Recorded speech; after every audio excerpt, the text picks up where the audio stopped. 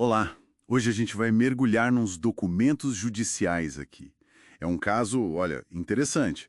Um consumidor, o Evandro Lima de Almeida, contra a Light, a concessionária de energia. Tudo lá no 4º Juizado Especial Cível de Nova Iguaçu, no Rio.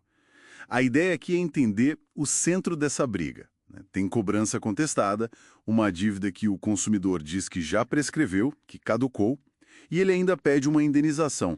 Vamos tentar desembrulhar isso. Isso mesmo. Vamos dar uma olhada nos argumentos de cada um, nas provas que eles juntaram, né?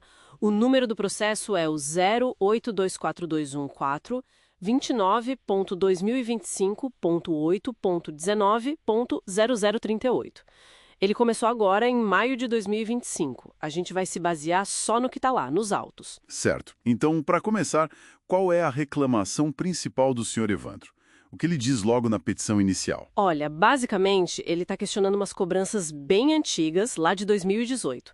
São débitos que vieram de TOIs, sabe? Termos de ocorrência e inspeção. Ah, os famosos TOIs. Exato. E ele bate na tecla de que essa dívida já prescreveu. Pela lei, né, depois de 5 anos, a Light não poderia mais cobrar isso na justiça. E parece que a coisa estourou por causa de contas mais recentes, é isso? Ele tentou negociar. Sim, sim. Tanto na petição inicial quanto depois na resposta à defesa da Light, ele afirma que a empresa não quis parcelar umas contas agora de 2025, de março e abril. Não quis parcelar, mas por quê? Porque a Light condicionou o parcelamento a ele incluir esses débitos antigos de 2018 e parece que tem um outro de 2022 também, que ele diz que estão prescritos. E para piorar, ele alega que o nome dele foi parar no Serasa por causa dessa dívida antiga. Nossa. E tem mais um ponto delicado, né? Ele menciona a condição dele. Tem sim. Ele se identifica como pessoa com deficiência, PCD. E usa isso para argumentar que para ele a energia é ainda mais essencial e que essa negativa de parcelar e a ameaça de corte foram, assim, muito mais graves por causa disso. Daí ele está pedindo R$30 mil de danos morais. Entendi. Quer dizer, ele se apoia bastante no Código de Defesa do Consumidor, pede até para inverter o ônus da prova. Exato. Para que a Light tenha que provar que a cobrança é certa, né? E acusa a empresa de agir de má fé por causa dessa condição para o parcelamento. Ok. O lado do consumidor está bem claro. E a Light? O que ela diz na contestação? Ela nega tudo. A Light nega que tenha falhado no serviço? Argumenta que os débitos são legítimos, sim, que eles vieram dessas inspeções, os TOIs, de 2018 e 2022, onde eles teriam encontrado irregularidades. Que tipo de irregularidades? Eles mencionam desvio no ramal, cabo clandestino, coisas assim. Então, para a Light, a cobrança é totalmente regular, é um exercício de direito deles. Eles até questionam essa inversão do ônus da prova que o consumidor pediu. Como assim questionam? Eles citam uma súmula do Tribunal de Justiça do Rio, a 330, que diz que mesmo que o juiz inverta o ônus da prova, o consumidor ainda precisa apresentar o mínimo de evidência do que ele está alegando, sabe? Não basta só pedir. Entendi. A Light se defende dizendo que as inspeções foram válidas e a cobrança também. Mas aí na resposta do Sr. Evandro, a coisa esquenta de verdade, né? Ele faz uma acusação bem séria contra a própria defesa da Light. Pois é, e aqui a coisa fica, bem complicada.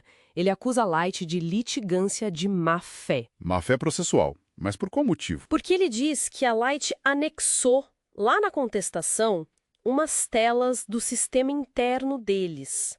Nessas telas aparecem dados de consumo, faturas, só que o endereço que consta nessas telas é de Belo Horizonte, Minas Gerais. O quê? Minas Gerais? Mas o endereço dele é em Nova Iguaçu, no Rio? Exatamente. O endereço dele está comprovado nos autos, é Rua Dona Joaquina, em Nova Iguaçu. E as telas da Light mostram Rua Alípio Goulart, em BH. Uau! Isso é, no mínimo, muito estranho. E ele acha que foi de propósito. Sim, ele alega que foi uma tentativa clara de confundir o juiz, de usar a informação errada, para tentar ganhar a causa. Para ele, isso é má-fé clara dentro do processo. Pesado, realmente pesado. E o juizado já tomou alguma atitude em relação a isso ou ao caso em geral? Olha, logo no comecinho, teve uma liminar. O juiz determinou que a Light não cortasse a luz do Sr. Evandro por causa daquelas contras de março e abril que eram o centro da discussão do parcelamento negado. Ah, então pelo menos a luz dele foi garantida enquanto o processo corre. Isso, a Light até juntou um comprovante dizendo que cumpriu a decisão. E agora, bem recente, em junho, saiu um despacho encaminhando o caso para um juiz leigo. Juiz leigo? O que isso significa na prática, para o andamento do caso? O juiz leigo é um auxiliar da justiça, muito comum nesses juizados especiais. Ele vai analisar tudo, as provas, os argumentos, e vai preparar um rascunho de sentença, um projeto de sentença.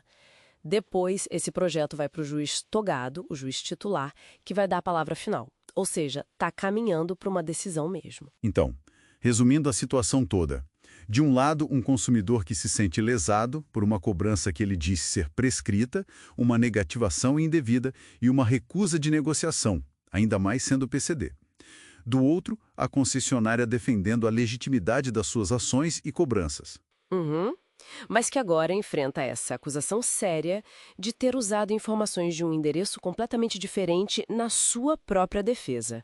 É um embate clássico de consumidor versus grande empresa, mas com essa pitada de possível problema processual grave. O centro da questão parece ser mesmo.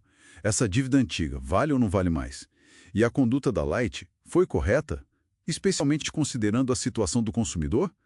E essa história do endereço errado, como é que fica? Exato. São os pontos que o juiz, ou primeiro o juiz leigo, vai ter que pesar. A validade da cobrança, o dano moral alegado e, claro, essa acusação de má-fé, que se for comprovada pode ter consequências para a própria Light dentro do processo. Fica aí a reflexão, né? Até onde vai o direito de uma empresa cobrar uma dívida antiga? E qual o peso quando a própria informação trazida ao judiciário é colocada em xeque dessa maneira?